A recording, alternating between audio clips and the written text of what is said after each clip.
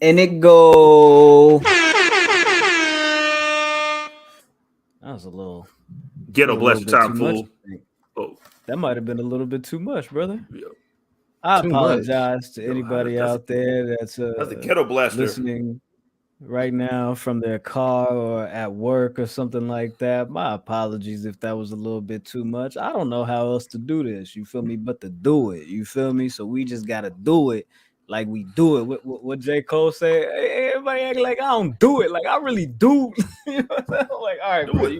I'd be doing it.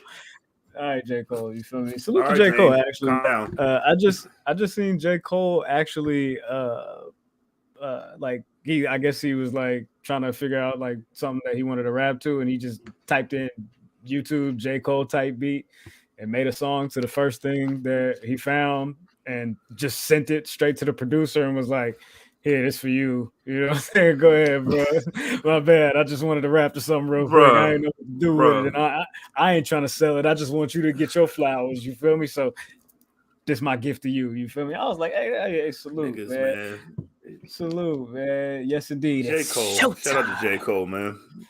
Salute to J. Cole. Hey, showtime. My man's ears, bro. That's your light skinned brother. Get some better ears then, dog. Yeah, man. Yeah, man, build up your ears. Hey. Ben was listening to Kanye today, y'all. Chill. Yo, chill. And not even the good Kanye, y'all.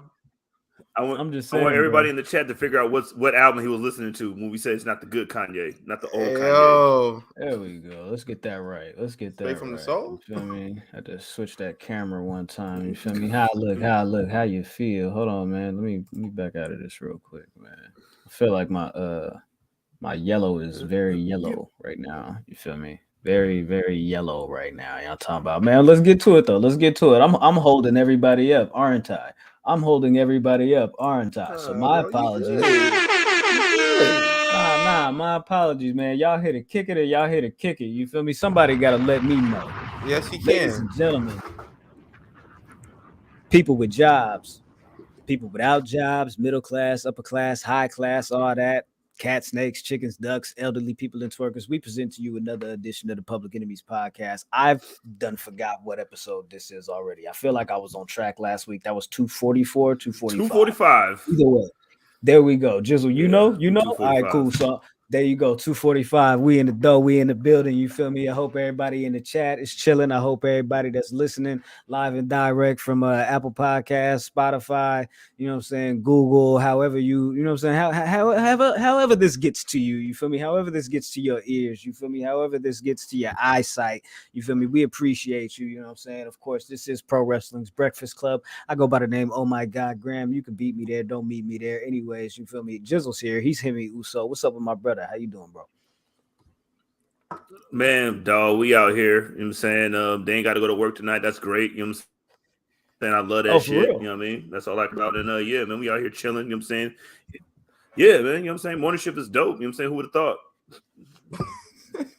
Like, damn. Yo, look. My man been talking about moving the morning shift for like since I started this show.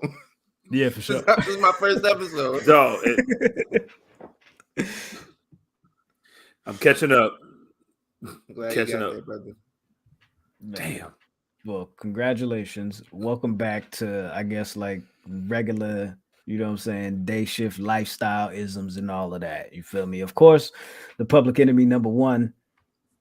Yes, sir. Oh, I done put the title down. I thought we was moving on. I thought we was moving on, man. I was moving on. Man. I'm not gonna lie. I thought you already introduced me, so that's why I put the title down. Hey, bro. Check this out. Oh my God. Let me get a little bit of what you've been smoking on. You listening to Yay? You feel me? You forgetting that I ain't intro you already? You know what I'm saying? I don't know what's going on with you, brother, but I hope you're all right, man. This is the check-in episode. I'm here to check in on my people this episode, man. How you feeling? You good, brother? You great, bro. I'm great, bro. I'm having a great day. Good. Great. It's a couple of couple of these Patreon episodes, you be looking extremely loaded, my brother. I just want to let you Yo, know. I just be tired, bro. I just be bro, tired. yo, like, bro. Before we got on the interview with, before we got on with Alex Kane, like he let me know for like 2 minutes straight. He's like, bro, you look like you about to like pass out somewhere. He's like, you good? And I was like, yeah, I'm good to go. He's like, you sure you good to do this interview? I was like, yeah, I'm sure to do it. Wait, which interview Like, was this? Alex Kane. Oh, okay. But like the first like 5 minutes, he's like telling me, he's like, bro, you look like shit. And I'm like, thank you so much. Thank you so much. He's like, yeah, no problem, bro. I was like, That's Yo, hilarious. it really That's helped hilarious. after I popped in high as well, shit. Yeah, When I pop hey, in high yo. as shit, then it's all good. Of course. Speaking of Behind Enemy Lines, if you haven't checked out the Alex Kane interview, go ahead and do so. It's on the YouTube. It's on the podcast feed, of course. New episodes of Behind Enemy Lines coming, of course. I'll let you guys know right now. I guess we got an interview coming next week with former WWE writer Chris Dunn. Of course, he's been on the show a couple of times last year when we were kind of leading up to AEW's first debut at the Forum. And they had the whole leukemia charity foundation thing going on. So he came on during that time. We got the full-length interview coming with him, of course, this upcoming Monday. And Patreon subscribers, of course, you'll get it. You'll actually get that Saturday. So Patreon subscribers, you're going to get that on Saturday. We got another episode of the Time Capsule coming on Saturday. So that's patreon.com/public enemies. If y'all want to tap in and support over there, you're more than welcome to. We greatly appreciate it. Super chats are also on, so if you want to donate to the show here live and direct tonight, you're more than welcome to do so. We don't expect that, but we'd appreciate it if you'd like to. However, I think do I have anything else? Oh, by the way, I guess we got an interview with EJ and Duca coming too, by the way. Yeah, so MLW, you know what I'm saying, kind of sort of, we just talked to that guy. So let's get into the isms though. Let's get into the isms because there's some I like this right here. Oh, we need a Boomaye Fight Club P3. That would be dope. That would be MLW, fire. I'm not gonna hold you. W to send the check. Man, listen. You know what? Let's start right there because there's a lot of news to get to. We gonna do what we can to, you know what I'm saying? We gonna power through this. You know what I'm talking about? We gonna get through it. You feel me? We gonna tough week. Yeah, of course. The small package news, of course. Since you mentioned MLW and we talked a little bit about that, I do want to let y'all know, if you didn't know, now you know, the young GOAT, Myron Reed, is officially a free agent. So, hey, get your pocketbooks together, man. Get your purses together. Open that up. You know what I'm talking about? And send him the bag. You feel me? Because the young GOAT, once again, is a free agent. Myron Reed. Yes, indeed. Look, man. He's Lamar Jackson of wrestling. Let's go. Except he's not. Except he's gonna actually wrestle. He's gonna actually get out there. It's like if he when his chest was hurting, he was like, "Yo, man, I'll put a chest protector on and I still get out there." Yeah. It was telling me, "Yo, put a brace on it." Drink some Robo. Man, D-Lo did it. Put some Robitussin on it, man. D-Lo did it. I can do it. Yeah, for real though, like, yo, Michael Vick, like that rubbed me the wrong way, but Myron is like one of those guys. I can see him on NXT. I can see him on AEW. I can see him in Impact. I can see him in a bunch of different places, and he would shine in every single one of them. Like Graham said, y'all get your pocketbooks ready. Myron Reed World Tour about to start. I mean, it's already started, but it's it's about to get into it, man. Big action. I agree. They ain't be rapping. Percentile. Check out the music. Hey, yeah. Hey, man. Kid Breed. You know what I'm saying? It's already on your phones. You feel me? Y'all all got Apple Music. Y'all got Spotify. Y'all got Google. You feel me? That's how y'all listen to us. You feel me? At least on the podcast portion. You feel me? If you got Spotify, you feel me? That's how y'all listen to us. You feel me? You can go ahead and tap into Kid Breed. You know what I'm saying? He got some ism. You feel me? So salute to Myron. I'm talking about, you feel me? Where else we want to go with it? WWE is removing indie content off of the network. So I guess the deals are up with like ICW and Progress. Broke ass. There you go. They couldn't wait to get that shit out of there because I remember when they put it on there was like little to no like announcements or whatever. They like sent off a tweet from like the WWE Network page and it was like, yo, we got this on there. No commercial, no other advertisements. And if you wanted to find it on there, it was hard as hell to find it when they had the original network. But when they moved it over to Peacock, it was damn near impossible. You had to. It was like programming your VCR back in the day to put the clock on there. It's like, yo, and nobody knows how to do it. Dog, bro, progress, evolve. We're not about that. Vince McMahon is back, so no progress or evolve is going on anymore, baby. You know what I'm saying? Get that up out of here.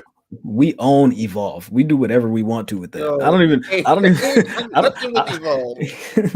even think they like have like all of the Evolve like events, like you feel me, like episodes and all of that on the network. I think it's just like, hey man, you can check these out over here, and you know it's over there. The tapes is somewhere in the WWE warehouse, locked up right next to where we just got that Raw XXX VCR tape. Yeah, man. It's right underneath the couch cushions. You know what I'm saying? Right where the change is at. You feel me? It's right where the change is at.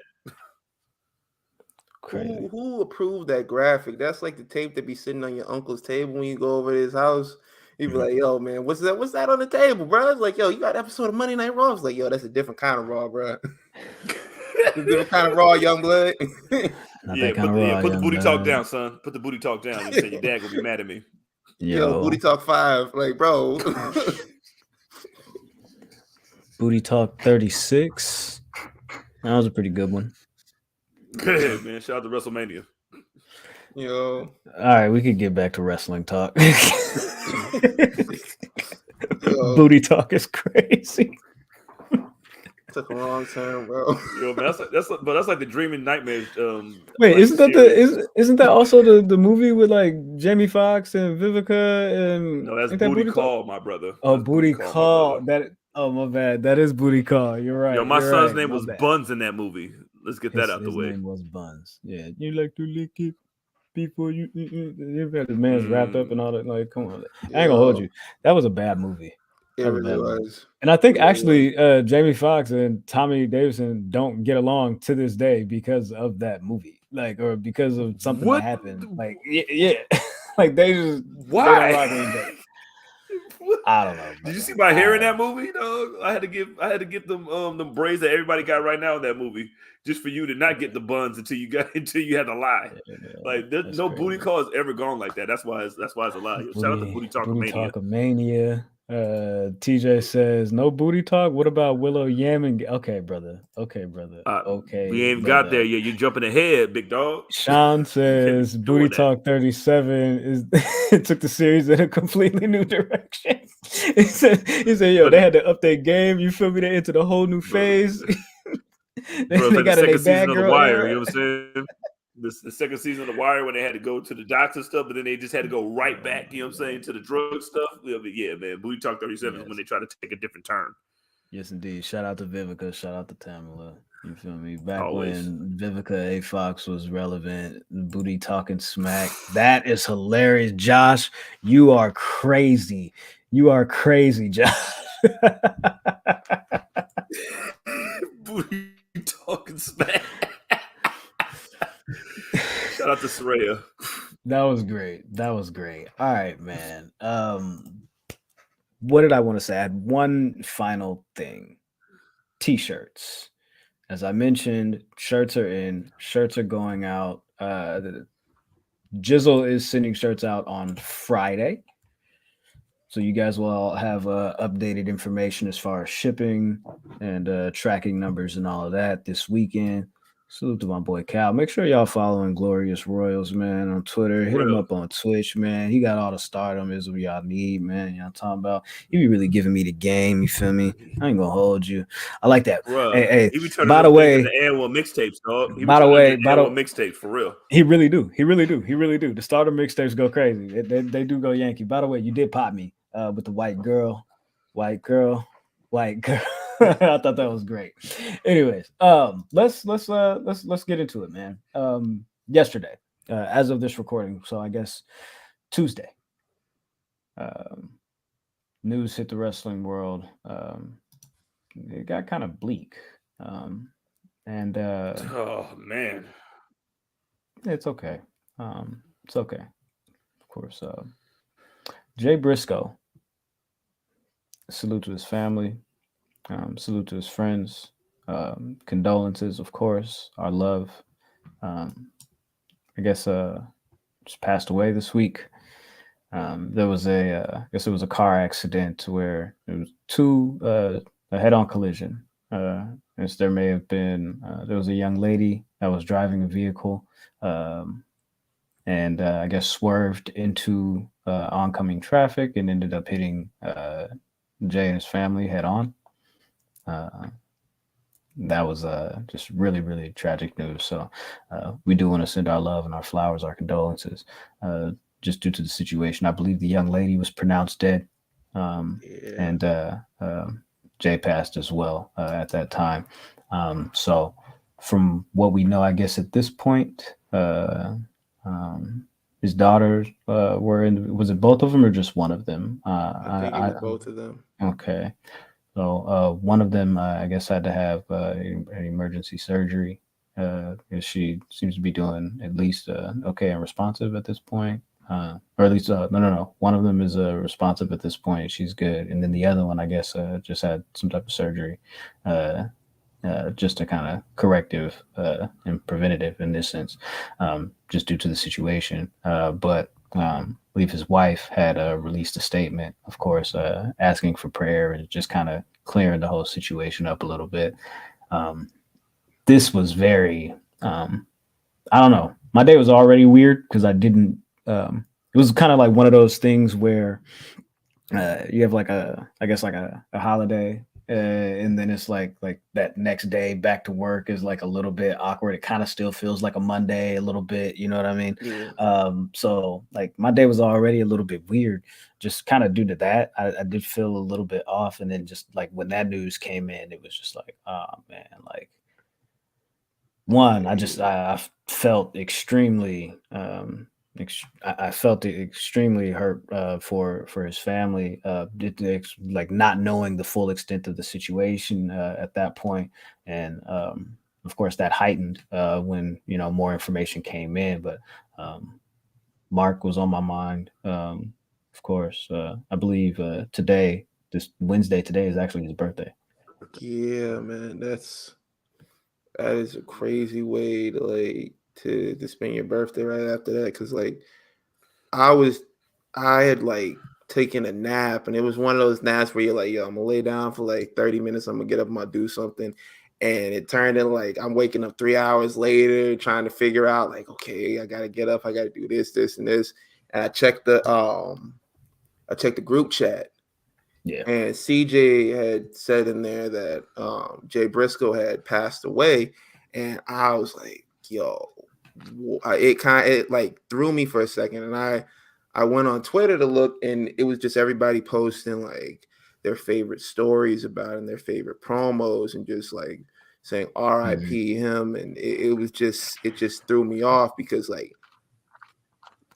we had just seen him like have that great match with FTR last month, and then now and they're still, then they were tag team champions at the time too, and then you see this happening. Like, and I had been watching Jay Briscoe for the better part of like 10 years. Like he was on the first Ring of Honor show that I had ever saw, because I remember maybe about, I think it was like 2012.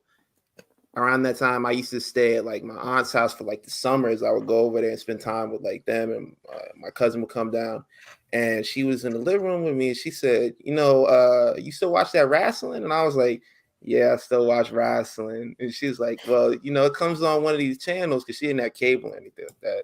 She's like, you look on there real quick, like it might be like you might be able to catch it. So I look on there, and it's like a 4-hour block of like Ring of Honor, and I'm like, I had never seen it before, and I sat down and watched it. And the first match was, I think it was like Kevin Steen versus somebody. I can't remember that. But one of the matches that I saw later on after that was the Briscoe brothers. And right after that, I was like, bro, they got these two black men out here doing this. Like, it threw me off for a second. And then I was in the early days of wrestling Twitter, so I tweeted it. I was like, yo, I'm really happy to see two black brothers out here like killing it. And somebody was like, had to like comment under that. It was like, hey, they not black, bro. These are white men. I was like, oh, but they still cool though. So yeah, man. Like, I was big into Jay Briscoe, especially that 2014 to 2015 run where he didn't get pinned at all, and his run as Ring of Honor World Champion was just like amazing stuff. Yeah, definitely wrestling. Yeah, it was just like, and then seeing that had happened is just like crazy. It's just like it all can end in like a minute, bro. Yeah, split second, like that, here and gone. Like you guys could speak a little bit more to. Yeah, go ahead, Jizzle. I'm sorry. Go ahead. I don't understand, man. No, I'm just saying I don't understand, man. Like when I first started seeing the Briscoes, it was like the first little outside stuff that I watched from the from outside of wrestling of WWE was them, and then so like the first time I seen the Bucks was with them. The first time I seen Christopher Daniels not being stupid was with them. The first time I seen Adam Cole was with them, and then it just sucks, man. Like stuff like that just hits you in the stomach. It just came so suddenly because they just, like you said, had that 5.5-star match that Meltzer gave them, and then they were just like and then I think the best part about it was that the internet and the media didn't do the thing that they usually do with people when they pass, which is to bring up everything they've done wrong. They let them get their they let them have their flowers. They let Jay do his thing. Everybody in their town everybody in school got the whole day off. You know what I'm saying? It was like another holiday. Like I'm saying, they really meant a lot. They were really a cornerstone of wrestling as we know it today. You know what I'm saying? A lot of your favorite tag teams wouldn't exist. A lot of your favorite wrestlers wouldn't exist because like Jay was one of the only tag teams to ever break up and then like be successful apart. So you don't see that. You can tell by the outpour and the outcry from all his peers, every band's how important he really was, man. Like this shit really sucks. And I just felt hella bad because I wasn't really jacking the Briscoes like that. I was like, they all right, you know what I'm saying? But you know what I'm saying? But when you really sit back and look, you know what I'm saying, like all your favorite parts of wrestling, were you saying that they weren't that good? You know what I'm saying? They were a part of it. So how can you not say that they weren't that good? You know what I'm saying? And then and they always stuck to themselves.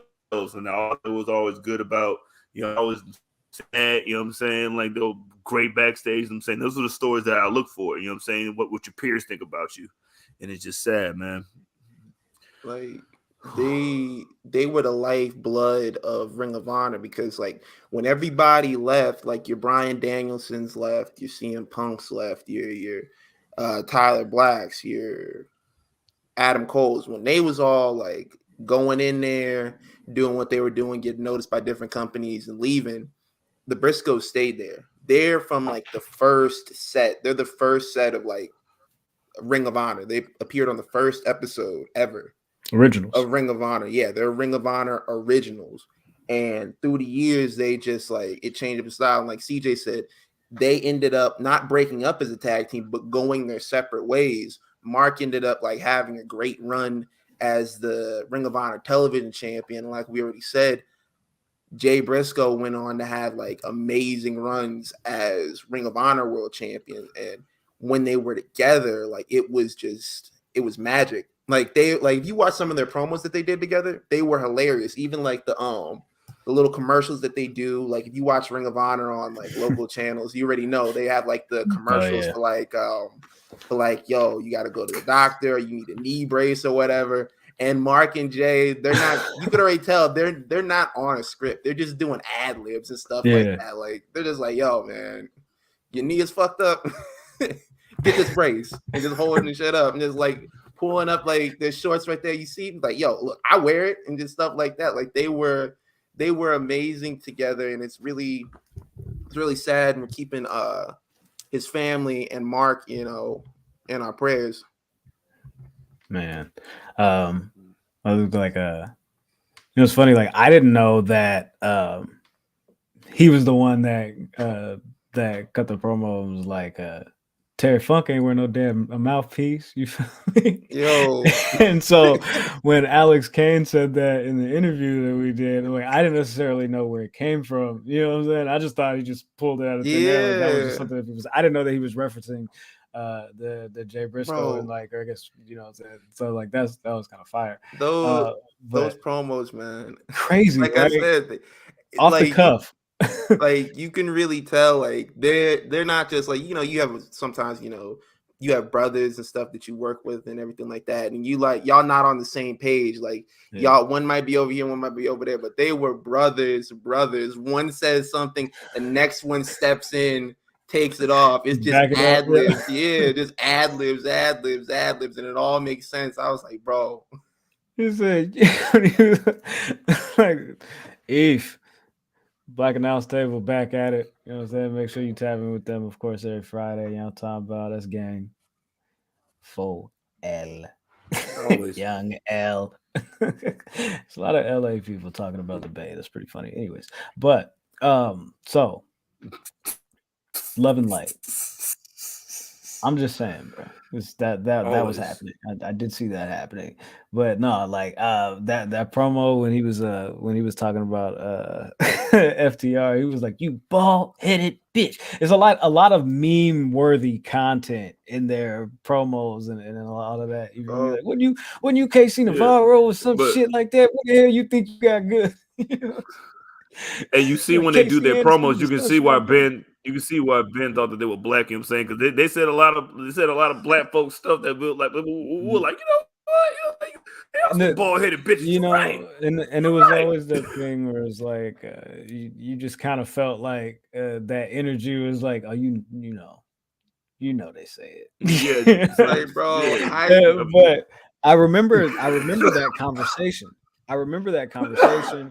And I remember like the controversies and all of that. And I don't really want to like shed light on like the negatives and like how people responded on that, because that's not what we're here for. Like, just because this gentleman did a lot for this business, for the community, you know what I'm saying? For a lot of people, that you can see the outpour of support and the stories that like previously mentioned, that's coming out for people like Sami Zayn, from Seth Rollins, from all of these other corners of like any company, pick one. You know what I'm saying? Like everybody has a story.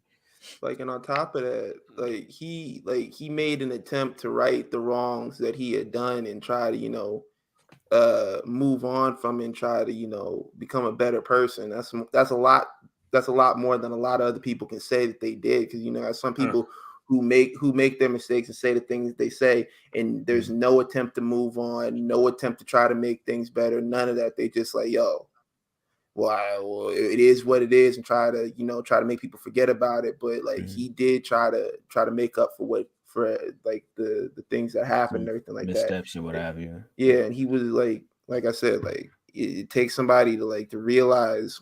It takes like a bigger person to realize, like, yo, man, look, I hurt people, and I want to move on from it. Shout out to him. Yeah, definitely. I think a lot of that just stems to, growth and being here and, having different experiences and, having to deal with them face on and all of that. And, I think the most important piece to this is I think that, with all of the contributions that he made to the wrestling business and what he did in ring, like a lot of the stories that we're hearing come from his peers was, that's great and all, but, him and his character as a man and as a friend and as a father was paramount to what he did in the ring. And I think that's the important piece for us to remember and salute him on. Yeah, facts, man. You can't dwell on everything. You can't dwell on everybody's bad things that they done, man. Like this, because everybody's done bad things. Nobody is perfect, and it's about what you do afterwards and whatnot. And then it's just sad, man. R.I.P. him. There's only one Dim Boys that I'm recognizing. And it ain't the Cowboys. The chat is mentioning, of course, WWE, AEW, Impact, all these companies, of course, saluted and paid their respects. On NXT, there was a planned segment that was nixed for the New Day to do. in regards to Pretty Deadly and their feud with them. And they went ahead and instead of doing that, they paid the respects on air to Jay Briscoe, and of course, condolences there. So yeah, it's very sad. So of course, one last time, of course, our love and our condolences to his friends, to his family, and everybody that's feeling something from this, because this is a definite unfortunate situation. And how do we lighten up the mood from that? I don't know. It's hard, okay. Man. Yeah, no. Okay. Did you guys see the thing with Bianca and Montez when they were on the what happens when live? Oh God. What's dude's name? Andy Cohen or something, whatever. You know what I'm saying? He had them on the show and he was asking them all types of stuff like, have you ever got a boner while you were wrestling? Does having sex before a match guarantee a win? Are there any lesbians in wrestling? And it was just like, bro. It was like, yo, who wrote these questions and why, bro? Exactly, bro. How old are you? I don't know. Of course, there is. There's all of that and everything. Yes, there's lesbians in wrestling. Yes, we have sex sometimes, and then I win. Yes, that happens, dog. Come on, son. Yeah. I think, of course, but that's kind of like what the show is. Like, it's always like some kind of off the wall like situation he's gonna throw at you or whatever. But it was just like weird, like, and just to see their responses, and they handled it really, really well. To be honest with you, I'm not gonna hold you. So I salute them on that. But I could see in their expressions, they're like, "What does boy say? Like what? Bro, what are you talking about? What's wrong with him? You feel me? I'm a Marine." Right, of course, and then this is, of course, in support of the new show that they have coming to Hulu and all of that soon. So that'd be cool, when they do all that. So salute to them. Black is beautiful. Turn it to booty talking smack for real. Let's get into AEW. Booty talking smack with Eddie Cohen. That's crazy. I'm not naming the episode that. Just don't try it. Don't try. Yo, this is a sneaky way him to like, yo, man, look, if I say it enough times, he has to name the episode. That if I say it like we have to. That's like law. We're definitely not naming this episode Booty Talking Smack. We're not doing it. I don't care. I just can't do it. AEW was in Fresno tonight, of course. You feel me? Still West Coast to Best Coast. Did what they did. Do what they do. You know what I'm talking about? It is what Sorry, Ben. It is what it is. Sorry. Anyways, so y'all already know, if y'all seen the show, you feel me? Ricky Starks beat Jake Hager, continuing that feud with him and Jericho. Orange Cassidy defeated Jay Lethal. He's still the All-Atlantic champion. It is what it is. You feel me? Jay Lethal got something on somebody. I swear, this man gets so much TV time. Anyways, but let's talk about the things that people are talking about. Top Flight, Young Bucks. What did y'all think? I didn't see this match. I just know that it was like got that win off. Jizzle, you tell me what happened. You talk about this match. Hey, man, this is you. These are your guys. I got you, bro. You know what I'm saying? Let's check it out. We said we got brothers versus brothers. You know what I'm saying? Casey and JoJo versus them two folk from Jagged Edge. You feel me? You know what I'm saying? With flips and stuff. You know what I mean? First off, they had on the Shaq Gnosis. You know what I'm saying? So there was Shaq Gnosis super kick going on. You know what I'm saying? Shout out to Shaq Gnosis super kicks. You know what I'm saying? That was going on over there. You know what I'm saying? The Bucks did. You know what I'm saying? What Daniel was saying, old Gold's been doing. You know what I'm saying? Giving the young guys that little rub. You know what I'm saying? I appreciate that. Look, give all the belts, man. Top Flight needs all the belts. Them three in Action Andretti, like Pretty Ricky. And it's yummy. Like they don't like the spots. I like the spots. You know what I'm saying? Flips. Give me the kits. Give me the people not getting hurt while doing flips and kicks because we planned it. Give it all to me. They gave me everything that I wanted, and it is snuck it right there in the beginning. So shout out to Dynamite for making a great opening match, the best opening match of 2023. That wasn't the best. I mean, that wasn't an opening match. The opening match was Jay Lethal versus Orange Cassidy. That was the opening match, Jay Lethal versus Orange Never Cassidy. heard But of him. you know, you're right. It's still like the first hour. You know, kind of an opener. Like, yo, it was an opening match for me. But yeah, it was was an opening match because that's when I turned it on. All right, bro. But yo, David says Beige Brothers winning in AEW. Yeah, man. Like they proved, like, yo, they top flight security of the world, man. Like I was watching it, and like DJ said, like it was they were doing all the spots, they were doing all the dives, they were doing all the running, the counters, and I was like, bro, I hope they get this win and it propels them to that championship or to be like contenders for it, and we don't kind of see the what happened with what is the name of the tag team? Private Party, that we don't see them kind of regress like after getting that win on the Bucks, because that's exactly what happened to the Young Bucks. They got that, not the Young Bucks. That's what happened to Private Party. They got the win over the Young Bucks, and then after that, they regressed like a lot. Like they stopped getting the title matches. They stopped being featured on Dynamite. It was just like they got there and then they just like made them take like 5-6 steps back. I don't want that for Top Flight. I want them to be able to be like in that zone. They got a Private Party, of course, hanging out with Matt Hardy and all of that, right? But he's broken again.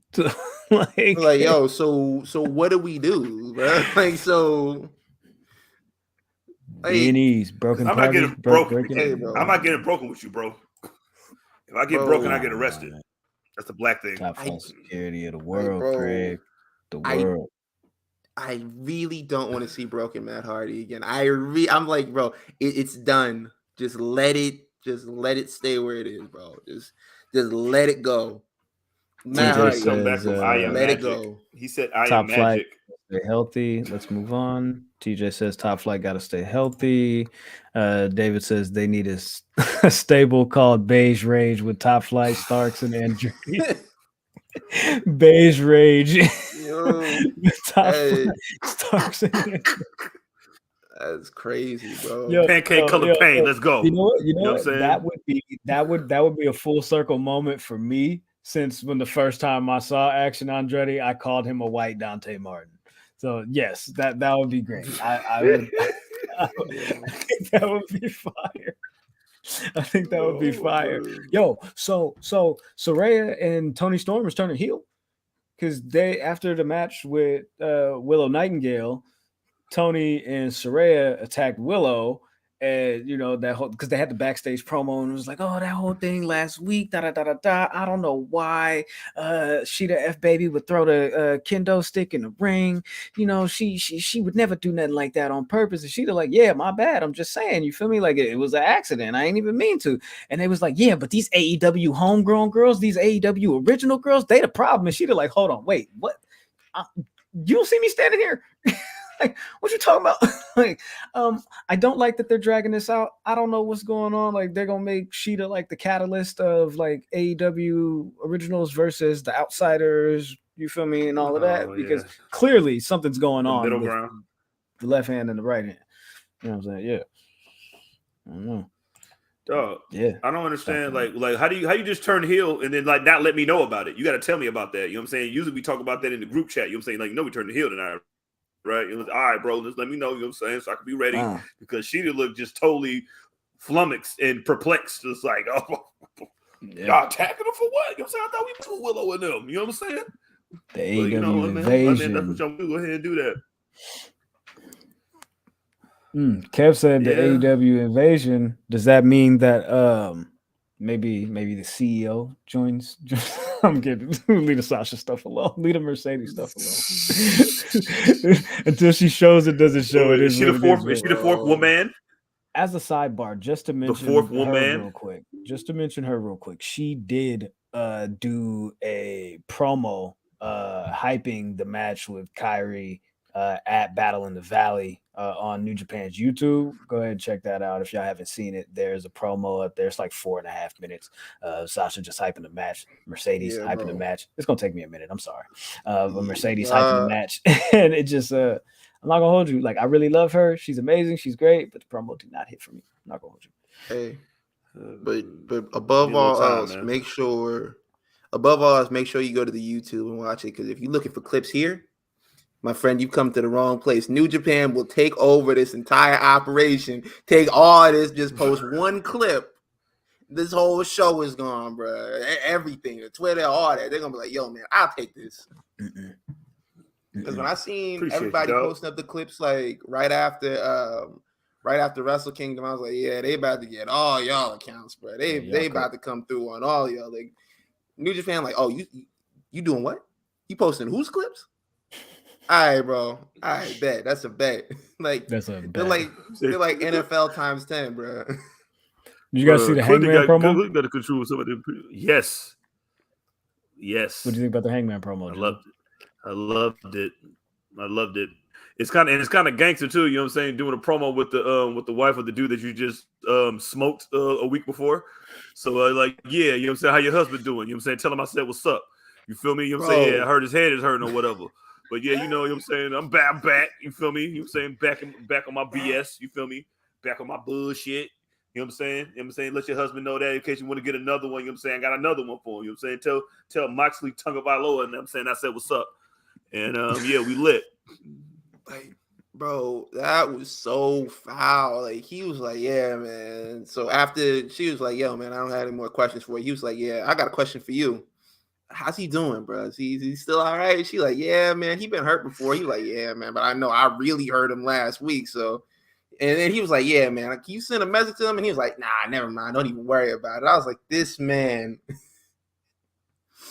is like, yo, everything that he said in that promo when he called him a kid and everything, he's like, "Yo, man, I'm taking that to heart. I took that personal, bro."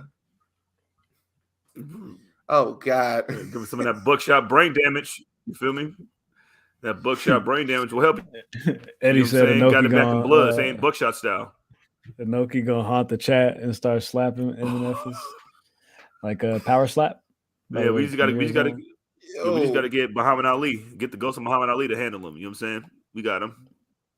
Yo, they'll work together. Power slap. Like, my wife wasn't paying attention to anything on Dynamite, but right after Dynamite went off and Power Slap came on, she was like, "Yo, what's this? Like, I could really watch this." And I was like, "Yeah, okay."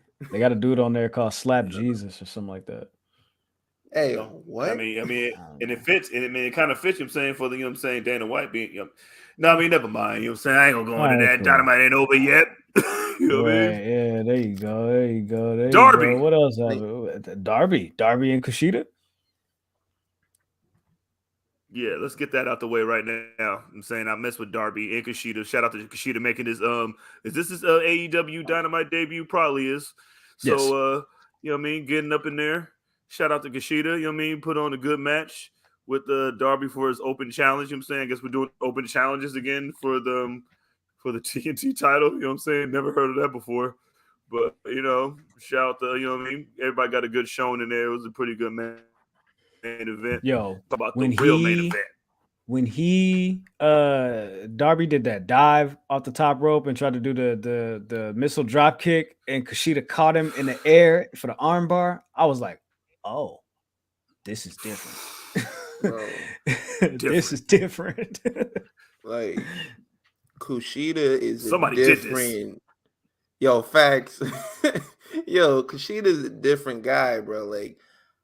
Like his run in NXT was like, it showed like basically a quarter of what he can do and what he's capable of doing. Like, if you watched like any of his stuff in New Japan, or even the stuff where he came over to Ring of Honor and got down with Alex Shelley and him, like they were doing the time splitters, like, bro can go.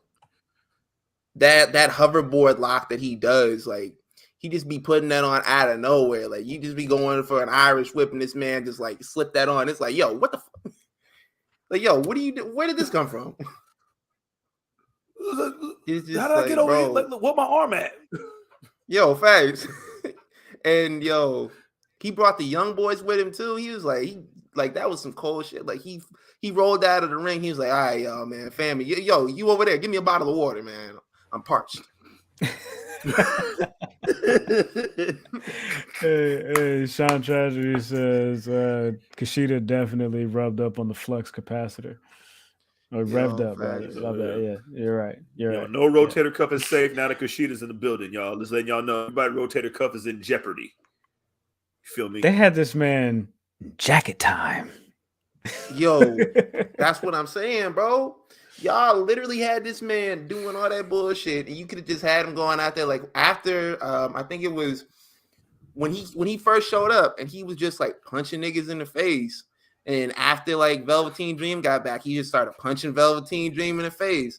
And then after Austin Theory got back off after his like I guess it was either COVID or they like did a secret suspension or whatever it was, he started punching him in the face. He was just going around backstage punching niggas in the face. I was like, that's all you need to do. That's literally all you need Kushida to do. Just have him go out there, throw on the hoverboard lock, put on classics, and just punch people in the face backstage. Like, bro, that's it. It's not a hard formula to get, bro. None whatsoever. You don't need to have this man. Ronda Rousey, like, learn something. Look, yo, facts. You don't need to have this man like, yo, you're Japanese, and this guy over here that you have nothing in common with whatsoever. He's Japanese. Why don't we just put you two together in a tag team? Yo, go ahead. The irony of it was they both wear cool jackets. and no, I'm not done. I'm not done. I'm not done. Let me get my shit off. Let me get because you know where I'm going. And thanks to them, thanks to Kushida, and thanks to Iki Minjiro, and thanks to you guys and you ladies, the listeners, our frenemies. You made Jacket Time one of the best episodes we had last year. Well, also, of course, thanks to Ben because he wore the jacket. He had the audacity to wear that jacket. Audacity. On this program. Definitely audacity. After I was warned, like I went and sat down and did my whole set on. I was like, yo, you gonna wear that on there? And I was like, yeah, I'm gonna wear this on here. I was like, I look cool, right? She was like, okay. Whatever you want. Yo, man. I was like, ain't you hot? I was like, ain't you hot in that jacket? Are you sure? Yo. And then flamed in this one right now, man. Yo, just sneaky airman jacket wearing ass. A couple months later, when Moxley came on Dynamite with the same jacket on, Ben is like, this man took my jacket. And I'm like, no. He watched the episode. He was like, I gotta find it. I gotta get it. Hey, yo, shout out to Andrew Knows Words. He says, who runs y'all Twitter account? I need to give y'all thanks for making me laugh on a regular. Hey, bro. Gang. Love all the time, man. Thank you for popping up, man. Yeah, of course. Pull up, man. Pull up. That was the main event of Dynamite. Wait. I said that was the main event of Dynamite. Right, you said you wanted to talk about the real main event, right? Oh, because, man, Bandido, right? My man Bandido. Okay. And go Dragon. Yeah. When it had the best match of 2023 for free. You're welcome, you pieces of shit, you. Because everybody was getting smoked. Everybody getting clapped. All the moves get kicked out of. This is why I said Bandido was the biggest free agent ever. You know what I'm saying? He's over here working without a contract. You know what I'm saying? Like Lamar Jackson. And he's just over here just giving y'all bangers. You know what I mean? Hey, that you don't deserve. Hey, bro, like Tony Khan was going out there. He said, "Hey, man, look, put a brace on it. Go out there with Bryan Danielson. Hey, bro, put a brace on it. You good?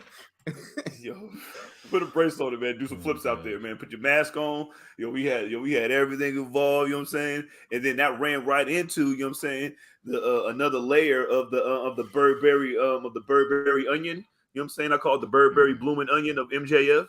You know what I'm saying? He gave his Jake the Snake Roberts promo where he was being serious or whatever. I appreciated that. You know what I'm saying? It's another layer.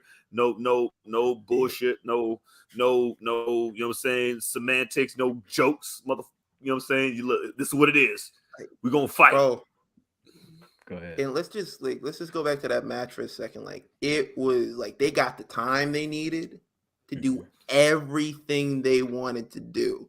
Like, I know there were some commercial breaks in there and they did like the picture in picture with it, but even the time that they just got on there without that, it was just like, yo, they gave them the time that they needed. And I really, really appreciate that.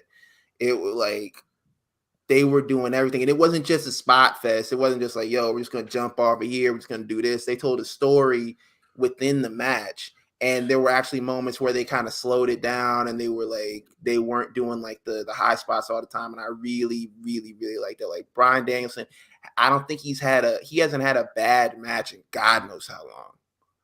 Man. In his life. Well, next week he's fighting Brian Cage. Well, you know what I'm saying? That's first time for everything. You know what I mean? You know what I'm saying? I know what this big BFN. I'm not gonna cap. I'm not gonna cap. So y'all don't have to follow me along in my slander here because it's probably gonna be a really good match. Brian Cage. I just don't think it makes any sense at all. Bro, that segment, the whole setup for that was funny. MJF walks backstage to Brian Cage and Prince Nana. And he just like, yo, man, look, I need you to handle some business for me next week. He was like, I don't care if you win, I don't care if you lose. Handed him an envelope with money in it, and he smacked Brian Cage. Brian Cage just yokes him up. He's like, yo, what are you doing? And Prince Nana's like, yo, man, let him go, bro. Money is money, bro. What are you talking about? He was like, yo, are we not getting paid? Didn't give that man any of the money. Put it in his suit pocket. He's like, man, he can forget about this anyway. Like, bro.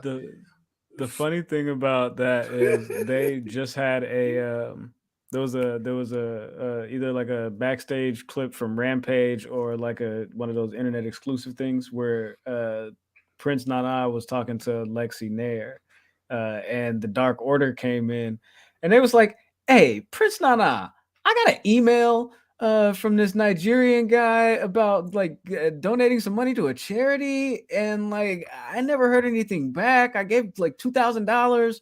He's like, was that you? And dude's just like, I gotta go talk to Brian. I gotta go talk to Brian. He's like, I don't know what you're talking about, bro. Good stuff. Yo, Prince Nana and Stokely are the best managers in Ring of Honor right now, bro. Like if you ever watched Prince Nana, especially when he was in Ring of Honor, bro was hilarious. Like, and now he's still like he's right back on it. Yo, great.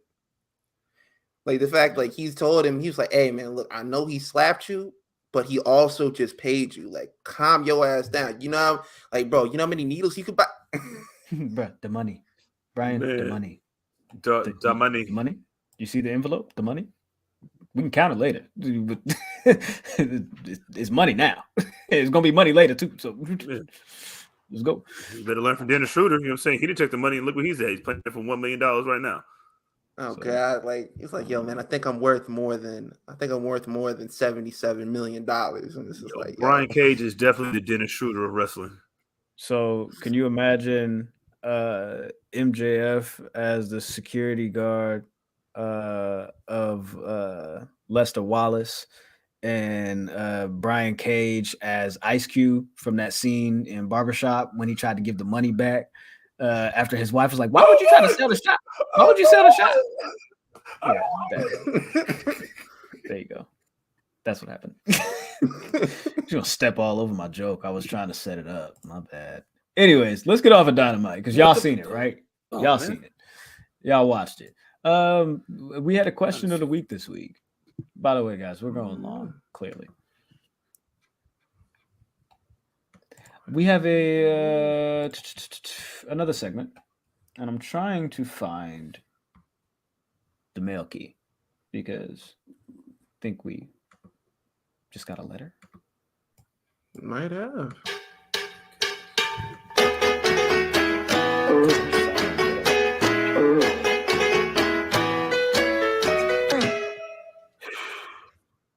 Question of the week. Back for another week once again. And as we approach Royal Rumble season, we just wanted to ask you guys, like, keep it in the theme, you know what I mean? And the question of the week this week was, who do you think will be the final four in the men's and women's Royal Rumble? Let's see what you guys said. Hey, shout out to Eric, man. Mr. Mom 76 says he thinks it'll be Cody, Seth, Austin Theory, and Sammy on the men's side. Rhea Ripley, Asuka, Becky, and Bayley for the women. Shout out to Billy Mays the third, man. Like, bro, at Infinite Third. Yo, he says Cody, Seth, Edge, Sammy. I can get with that. Shout out to Storyline Tees. For the men, Cody, Seth, Gunther, Sammy. For the women, Rhea, Raquel, Liv, Bailey. All right, I'm rolling. Shout out to This Is Young DJ. For the women, he says Rhea, Becky, Beth Phoenix, and Raquel. For the men, Sammy, Cody, Drew, and The Rock. Shout out to Rock the Icon, man. Shout out to him. He says for the men, Cody, Braun, Seth, and Young Gunner. Yeah, and Young Gunner. Young Gunner. I'm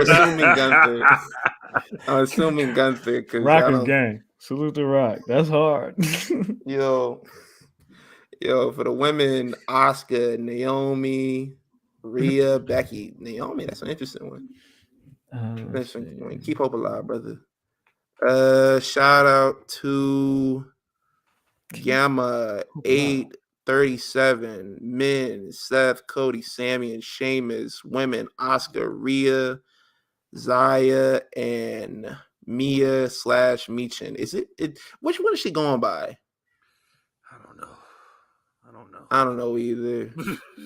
Hey man, shout out to Commander Chrissy. They said Finn, Cody, Drew, Sammy for the men. For the women, Rhea, Bailey, Becky, and Liv. Let's scroll down a little bit further. Cody's in a lot of these. Shout out to I Am the Bosch Man. Men's, Cody, Seth, Lashley, Drew, Rock if he's in it. Okay, that's an interesting one. Women's, Rhea, Becky, Bailey, and Naomi. Another one for Naomi. Scroll down even further there. Man, it's that good. Ew. Shout out to MX_Caligula. They said Sammy, Kevin Owens, Cody Rhodes, and either Uso. Come on, man. Which one of you? Is that what we're doing? Like, which brother are you? Which one is you? I'm going to read a couple more of these. Shout out to Talented Camardi. Says Cody, Seth, Theory, Sammy. For the women, Becky, Bailey, Naomi, Rhea. Y'all got Naomi in here. Y'all think she coming back? Don't disappoint yourselves. Yeah, for real. Yeah. Don't disappoint yourselves. Brothers, don't disappoint yourselves. Let me see. Find a good one. Shout out to Prime_Minister4, Rhea, Raquel, Rhonda, Naomi with the fingers crossed. Like, yeah, cross your fingers on that one because I don't know. Let me end it with Sean Riddler 91 says Cody, Seth, Punk, Sammy. The winner is Cody. Like, bro, you think Punk will be in there? Yo, don't bet your life on it. Last one I'm gonna read. Trap Pack 1996 says Sammy, Cody, Seth, and Solo. Ooh, I like that one. I like that one a lot. The women's, he says Rhea, Liv, Raquel, and Asuka. Like, I really like that solo one. That'd be lit. That'd be super lit. Give me that. I'm only seeing 1.5 black people out of all these choices right here, y'all. I don't know what's going on. I'm not happy about that. But Punk said, like, Punk ain't coming back for that. Punk said, man, look, do you see what is it that he injured? Was his knee? Let's see. What are we saying What are we saying in the chat? David says Mickey James. Andrew says, is Mickey still TNA Knockouts champion? Yes, she just beat Jordan Grace on Friday at Hard to Kill. By the way, Santino Marella is the new director of Authority over there. Why? G Nation says Zaya with the dread. This sound like Zaya with the dreads. She goes by Michin and Mia Yim. Yeah, she does go by both. I don't know why, because it's go by Mia Yim Ben. Damn, bro, that's crazy. That's crazy, right? Mia Yim Ben is wild. Either Uso, I'd probably be Solo for real. Monte says, in the words of Issa Rae, I'm rooting for everybody black. Tristan says, is it a violation if I say Zaya don't look half bad with the braids? Look, I didn't have a problem with the braids until like she went to that party and I seen like she got a little tipsy and like when you get drunk, like you feel me, you perspirate a little bit, you sweat. And like it's like she had the little baby hairs and it was like, I don't know what you're doing with the little baby hairs. Like you ain't really got no baby hairs to be baby hairing. You know what I'm saying? Then it looked a little funny. And then when she came out with them in the pigtails, like on SmackDown, I didn't think that really looked good either. She should have kept it down. But you know what, bro? Can't really keep it down. No more parties in LA, bro. Please, no more parties in LA. You're right. No more parties in LA. That's the problem. That is the problem. All right, let's go ahead and kick it, man. A lot of y'all was in the chat. A lot of y'all was in the comments, and y'all said Cody Rhodes. Solo, we saw a lot of Sammy in there. Naomi was in there for the women, you know what I mean? So like those are all great picks. I do like all of that. Then we haven't talked about this on this show, so we can talk about it here. We can talk about it now. Since a lot of y'all were mentioning Cody Rhodes, they did announce this past Monday that Cody Rhodes is returning at the Royal Rumble. Well, he did announce. So let me give the credit to where the credit go. You feel me? It was the King of the South himself, Cody Rhodes, that said, "Yo, at the Royal Rumble, I'm back." And I was like, "Okay, bro, you got it." Now, this was the third installment of these return vignettes, right? First week of this year. Top of the year, they did the first one. Last week, they did the second one. What do you guys think about the return vignettes so far for Cody Rhodes in the build-up? I like it a lot. You know what I'm saying? It's good sort of way to bring back somebody that you guys have been begging for to come back. And to know that he's been hurt, you know what I mean? And that he's still keeping busy, giving him something to do. And then it was kind of like I think Ben has said this earlier, like I wish they kind of would have saved that.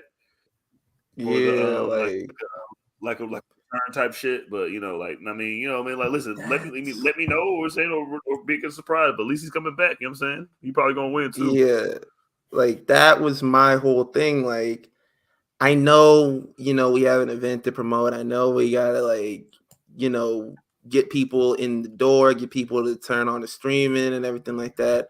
I know all that, but I like an old school like suspense. I don't want you to just come out there and be like, yeah, Cody Rhodes coming back.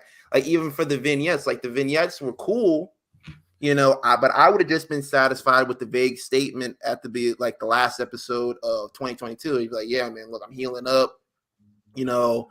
I'm getting better. Who knows when I'll be back? I like that. Like you're leading it there, but you're not giving it fully out. Like I'm old school when it comes to this type of stuff. Like I want to be surprised. Like, do you think like that Cena would have got that pop at the 2008 Rumble if they would have done vignettes leading up to it and they would have been like, yeah, man, I'm coming back at the Royal Rumble? Like, no, it was special because we didn't know about it. I mean, we live in the age of like wrestling, Twitter, the IWC. So every little bit of news that we get about like a return or something like that, we're talking about, oh, he might return at this date. Oh, he might return at this date. I mean, they put him in the poster for the Royal Rumble. So you got people thinking like automatically, like, oh, he's coming back. He might be coming back.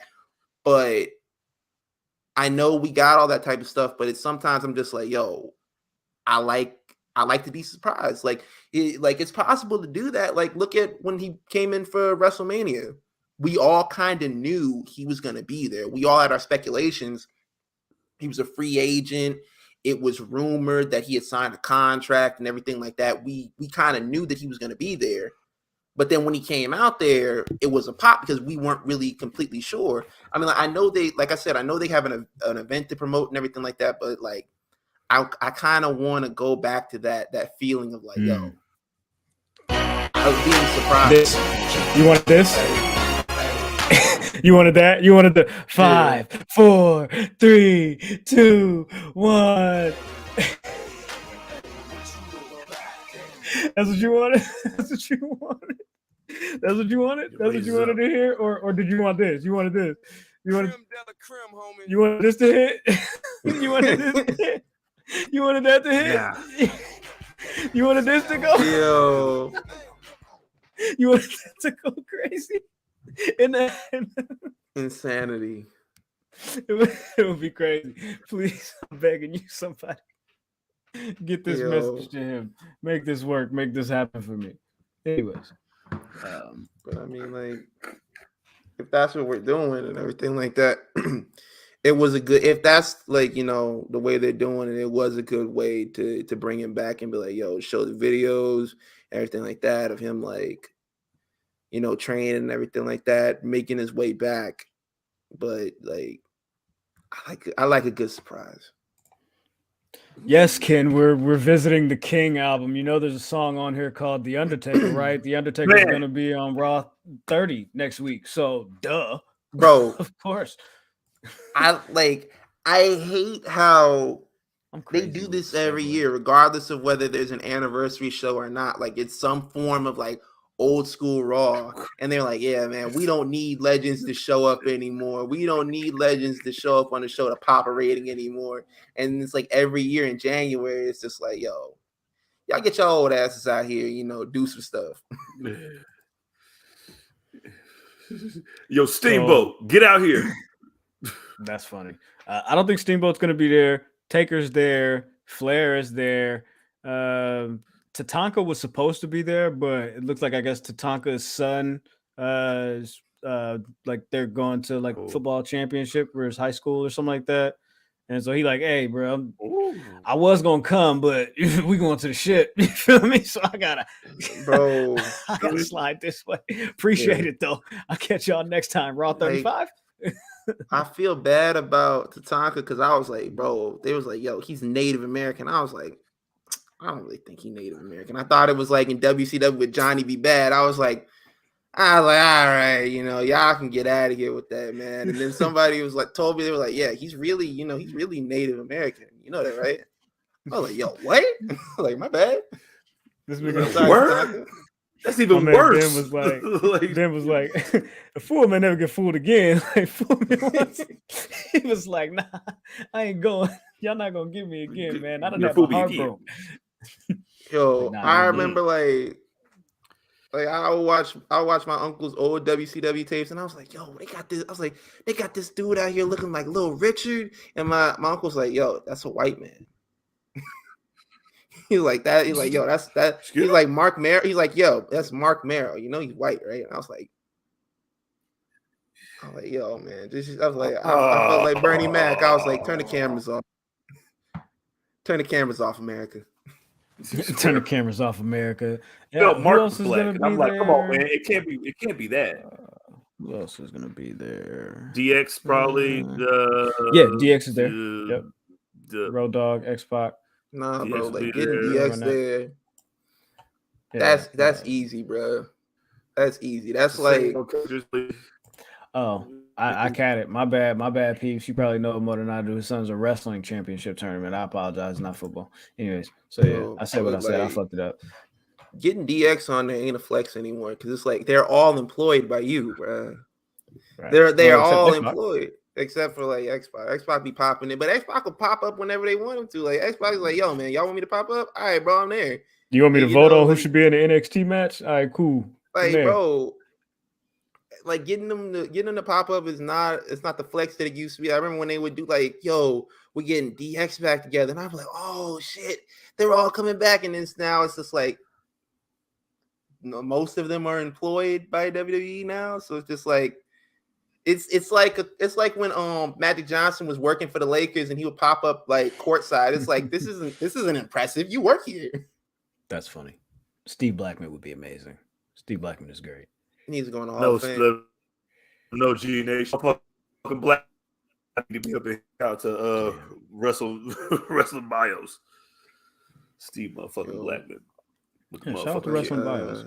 That's funny. I've been watching a lot of wrestling bios lately, like DDP and Raven, all them joints.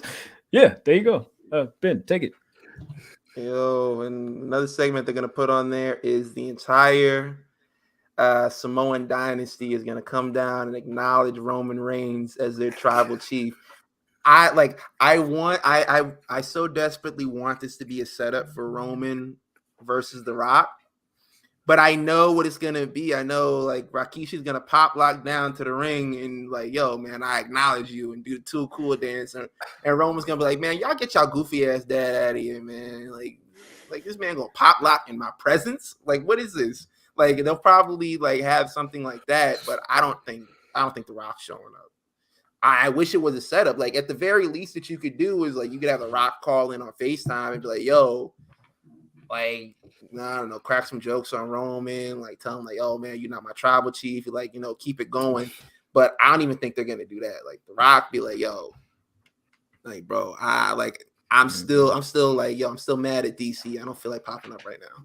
Yo, he might have to do something. Yeah, David said we need to low down D'Lo Brown. Yeah, the Bella Twins will be there. Yeah, the Bella Twins are gonna be there for sure. You know, Barmageddon's gonna come on right after anyway, so you might as well, It's on TNT or is it on TBS? It's on USA, bro. What you talking about? You think about the other squad? Yeah, bro. Like, I just miss Sykes coming on right after that, man. I don't want to hear Margaritaville like right after Monday Night Raw. Teddy Long is for sure gonna book a tag team match. Franklin and Bash. Hey, I don't like how Teddy Long got on there and said my account was hacked and I blocked everybody on accident. He still left us blocked. I don't like that, bro. I don't like that at all. It's like, yo, you knew some wrongs were committed. Go on there and clear it up, bro. Like, fix them. Like, I don't like my personal account isn't blocked by him, and for some reason, like, I'm one of the approved people that could like see his page or whatever before he locked it down. The last tweet that I remember him making was like adding Tyler Perry, and it's like, yo, man, let's do a movie. And I was like, do a movie about what? Yo, what? Yeah, bro. He was like, yo, versus the Undertaker player. Exactly. Hello, Hell in a Cell. Yo, I was like, bro, so like, have you seen the episode when, like, on the Boondocks when they did the episode like on Tyler Perry or whatever? Mm-hmm. Is he gonna be like granddad in that episode? Just like just pop up for Winston Jerome? That is crazy. They took that whole episode off. It wasn't okay. That even existed. Ken said, "Oh, it's because you stole his dance. You did do that. You did do that. You did. You did steal his dance." Yo, man. Video probably has like 60,000 views by now. Just saying. He might have not been feeling that. Yo, my bad. It's all good. It is what it is. We gotta live through it. We gotta power through it. We gotta work through it. It is what it is. So Turtle TXs need to bring back the world's greatest tag team. That'd be interesting. Well, I mean, they can't really do that because like they're gonna have like what is like Charlie Haas gonna be like the crush of the Hurt Business, like when he was like when they had like he was like the nation or whatever. Hey, yo, Charlie, come here. Sure. Charlie, you in the tag team now. Where's Axe? He now. He repo man. I don't know if you know that he repo man now. You know what I'm saying? So you in demolition now. Maybe you in the world's greatest tag team. You know what I'm saying? Kurt Angle over there winning championship. So you know you with me now. Awesome. Was there? Yo, shout out to them doing like the whole like Hurt Business. Will they? Won't they get back together segment and everything like that? Like almost came down at the end of the 6-pack challenge that they had for the number one contendership for the United States Championship, and it was like, yo, looking like he was about to start something with Bobby Lashley inadvertently, like not inadvertently, like he helped Bobby Lashley, and Bobby was like, yo, man, what are you doing out here? I didn't need your help. I was like, come on, bro. You can't deny the people, man. We know you want it. We know they want it. Come on, man. They got Shelton Benjamin and Cedric Alexander tagging together. Exactly, bro. Like you needed me. I think like next week we'll see them actually getting back together and see like the full Bobby Lashley like heel turn and getting back to it. I'm like, that's what I'm hoping for. I don't want them to be heels. Bro, they gotta be. I don't want them to be heels. I think they love Bobby Lashley too much. Yo, Bobby, yeah, they do kind of love Bobby Lashley. Lashley's over right now. Yeah, because when he was throwing around Ali, it was just like, yo, they was like, we really don't care. It was like, beat his ass some more. They were like chances like one more time whenever he left the ring. He was like, yo, y'all want me to whoop this? Y'all want me to whoop his ass one more time? Walk back down to the ring and do it again. I don't know if they hate Ali or what's going on with it, but like, shout out to Ali for making the best of what they're giving him, because he's like has a rivalry going on with Dolph Ziggler right now. Like we said last week, Dolph was like, yo, man. He was like, yo, Dolph, why don't you want to tag with me? You owe me. And he was like, bro, if you don't get the fuck out of my face. Like, I don't owe you shit. Yo, my basically, bags, kid. Leo wouldn't bring him in. You bring him in. What are you talking about? Yo, I'm losing. Yo, basically, it How about that? I got one more question for y'all about Raw 30 before we like.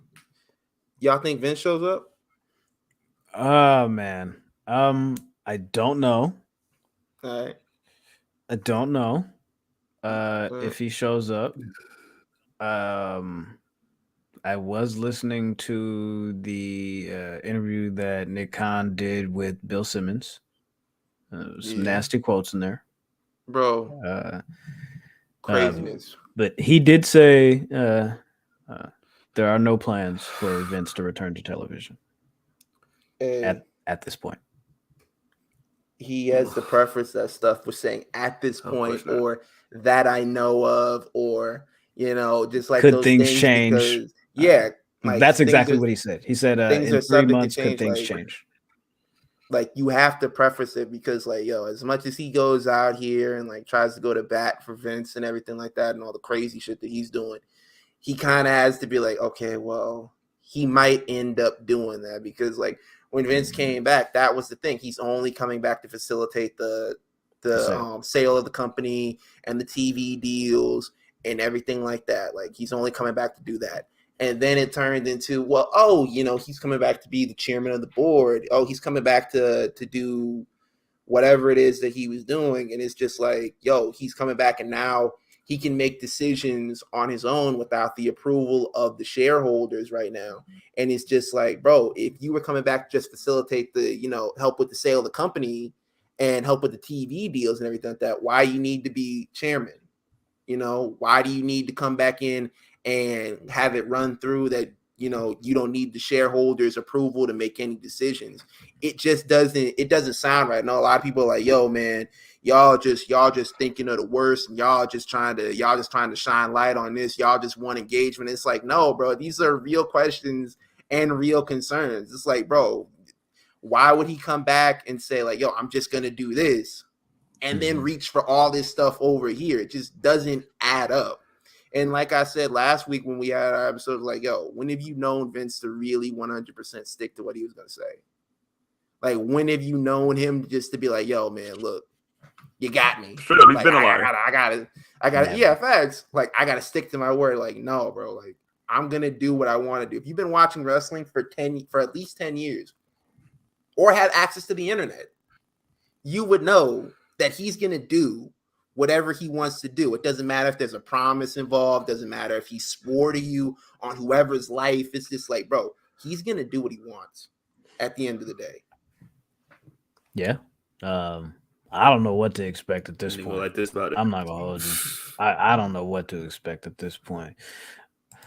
Body More Bottles, salute to Zell. You say, hey, get them likes up. You feel me? Hey, at least there's 41 people in here. You feel me? If y'all can do us a solid, you feel me? If y'all appreciate, if y'all fucking with it, if y'all rocking with it, you know what I'm saying? Go ahead, tap that like button for us. You know what I'm saying? It helps with the algorithms, and you know what I'm saying? Keep the ball rolling on this show. You feel me?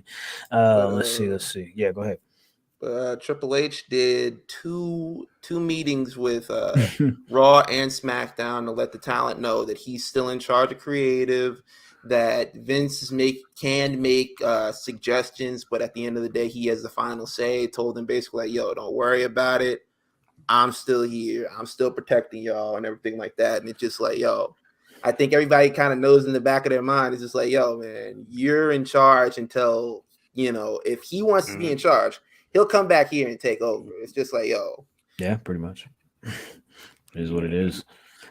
Was there anything on? That's Jason Garrett. Yeah. Anything of note on NXT at all? Tyler Bate came back. I mean, we knew that he was coming back last week. He won a match against Hell yeah. Big Body Javi. There you go. He came back, had a match, and thought he killed son. Yeah, and Carmelo and Trick had a tag team match with Axiom and Apollo Crews. Yeah, and I think like they had a segment with Braun Breaker and Grayson Waller setting up their match for cage match. Yeah, for what is it? Vengeance Day. Yeah, Vengeance Day. Oh, and then also they got the triple threat for the tag titles with the New Day, Pretty Deadly, and Gallus at Vengeance Day. So they're doing that. I'm pretty much going to expect Gallus to win that. Peeps is in the chat. She says, I thought he couldn't do creative due to the SEC stuff. Yeah, there's like two class action lawsuits that are coming down on that. So I don't know. I don't know what's going on with that. They're dogpiling that man. It's just like, yo. It's just like, yo. G Nation, Conan is not where closer. They're showing up. Oh, okay. So he's responding to Turtle. Okay, cool. Hey, somebody tell Conan to get up out the DMs, bro. I feel like me and Conan are like trolling each other back and forth right now. And it's like frustrating me a little bit. He's kind of winning. I'm not gonna lie to you. I'm like, hey, bro, like check me out, bro. Like in a minute, I'm finna say something to you for real. Man, win, dog. Yo, bro, this is. You used to wear the mask, dog. You was wearing the mask with the U.S. title. Like, you better calm down. The whole situation is just like, yo.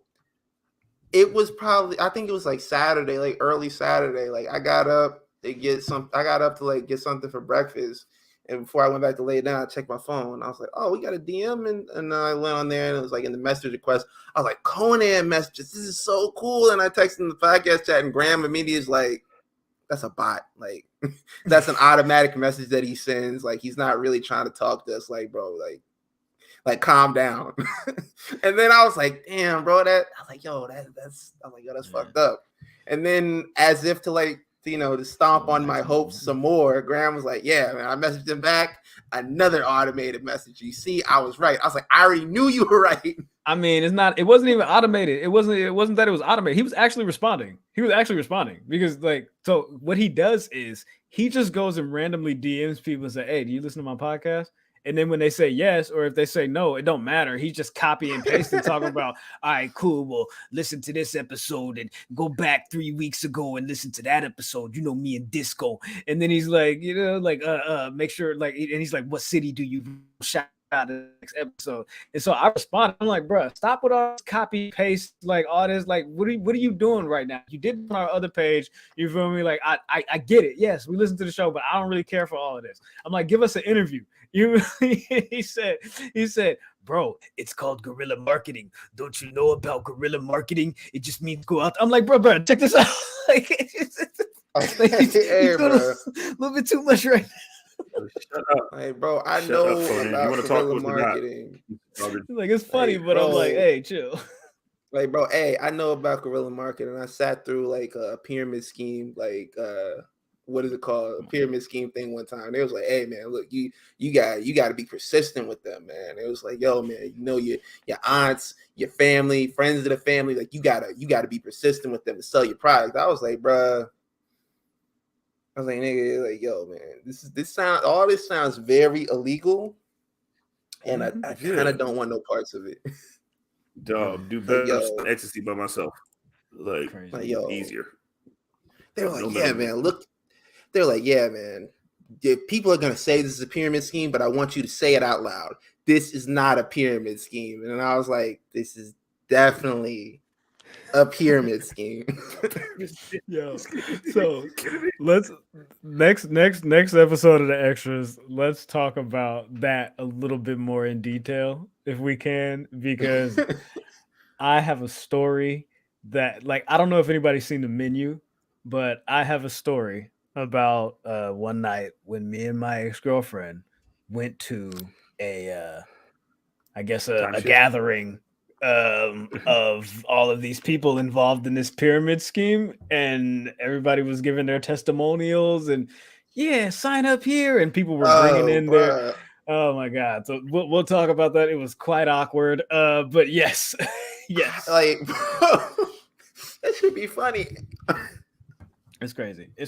Jizzle, it's on you, my brother. But I'm ready. Let's get it. I'm ready.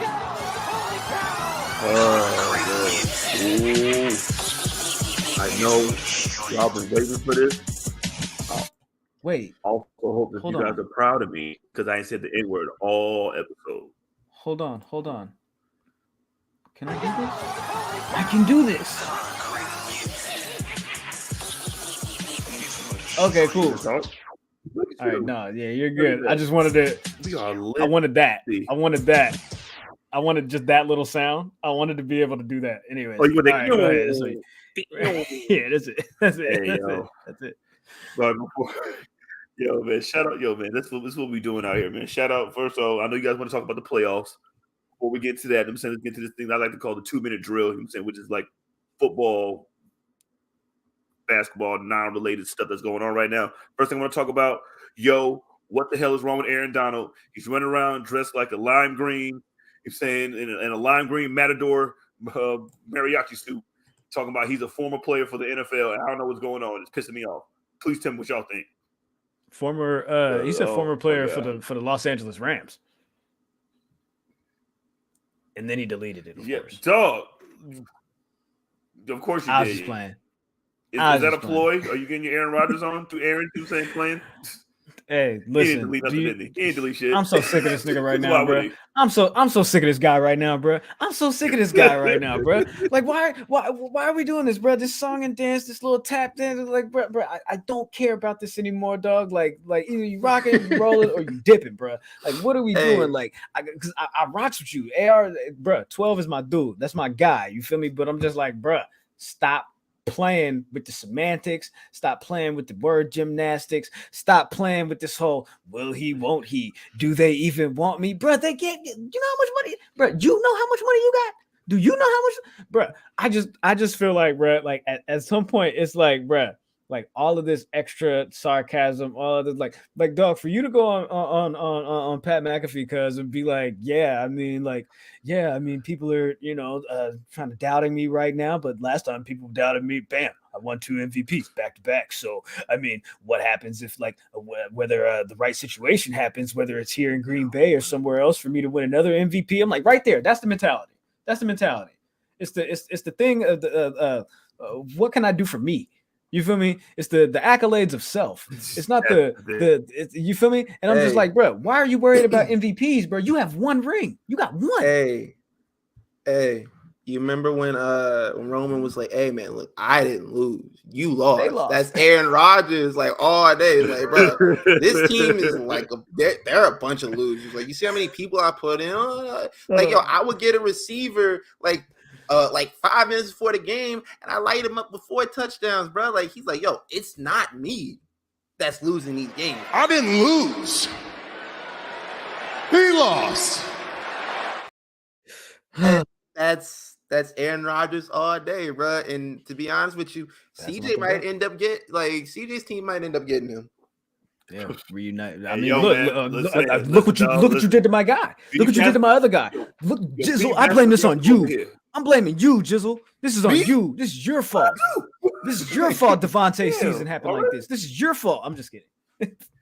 But y'all accepted my man. He only led the league. No, I'm just my bad. Let me get this off and I'll let you go. I'm just upset that whole management team, the front office over there, Josh McDaniels and all them niggas brought that nigga in and was like knowing they was finna get rid of Derek Carr, knowing they was finna get rid of Derek Carr, knowing the writing was on the wall, knowing it was like, my nigga, you're gone. You're cooked, my G. I'm bringing my own. Hey, you feel me? So yeah. Go ahead, just bro. And the thing is, you are 1,000% right, because there's no way that this mother effer Jarrett Stidham should look way better than Derek Carr has looked the entire season, and you can tell that was purposely done. So I'm not trusting no Aarons, and when it comes to retiring, and you know who else I'm not trusting? The front office of anybody, especially in Baltimore, where Ben is from.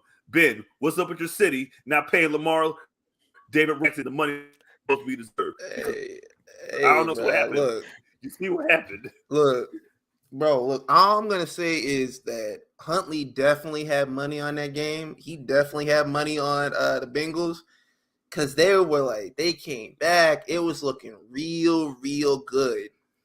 And this man started doing the dumbest shit that I've seen. How are you 5 yards out and you want to do a QB sneak? For sure. How are you 5 yards away and you're like, yo, man, let me jump, bro. I could do it. He's like, no, it's my reach. It's my reach. It's like, yo, man, I just got to get it across the line. And then after that, if it gets fumbled, like, that doesn't count. Like, I was like, bro, I was watching that game and I was yelling. I was like, what are you doing? Like, my wife was like, well, he tried to get into the end zone. I'm like, he's like 5 miles away. What are you doing? He's 5'10".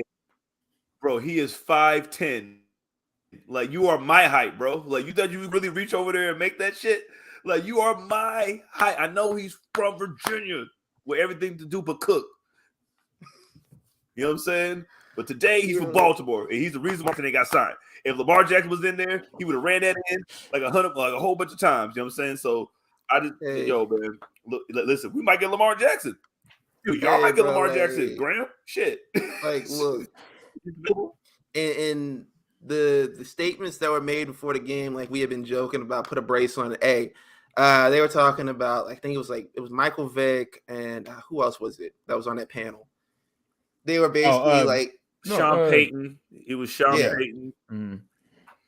Sean, both of them idiots. And they were just like Lamar. They were just like, yo, Lamar needs to play. You just need to put a brace on it, suck it up. You never know when you'll be back in this point in your career. And it's just like when RG3 is the person that comes into the room and starts making sense, then you know that your whole dynamic, everything that you're saying, it just doesn't make any sense. If RG3 is the one in the room to make sense, because he was like, bro, look, I put a brace on it when I was in Washington because they told me that I had to go out there and I had to play. And guess what happened to me? I ended up with 2 screws in my leg. Never played the same again. And it's just like, if I'm Lamar Jackson, I don't care. You know what Washington had? I don't care about any of that, bro. Yeah, I might do it.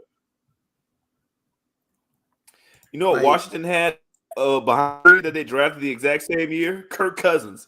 There's no Kirk Cousins that's available in Baltimore, so he's not putting shit. So what are you talking about, bro? Like, dog, they didn't even want you anyway. They didn't want you in the first place. This entire city revolves as Lamar Jackson breathes. And then I seen my man Body More Bottles, listen, man, he franchise has 2 coming up. You think there's not 12 teams in the league that won't pay 2 first picks for Lamar Jackson? Of course there is. There's teams in your division now do that, Pittsburgh.